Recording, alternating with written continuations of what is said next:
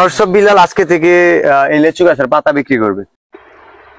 আগে ধর্ষক বিলালের এই ভিডিওটাকে দেখেন, দেখা পরে মন্তব্য করতেছি এবং পরে আপনাদের সাথে একটু কথা বলতেছি। আগে ধৈর্য ধরে লিচু বেচার এবং লিচু গাছের পাতা বেচার ভিডিওটি দেখালো। ধর্ষক বিলাল আজকে থেকে এই লেচু গাছের পাতা বিক্রি করবে।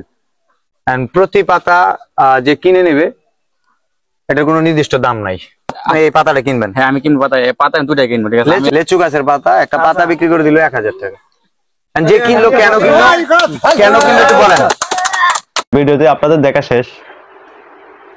এখন আমি ধর্ষক বিলালের কিছু কথা বলবো। বর্তমানে এই বেটা ফকিনির বাচ্চা, এই ধর্ষক বিলাল ফকিনির বাচ্চা, তুই যে জুয়েল বাইরে যে ফকিনি কইলি কোন হিসাব করে কইলি?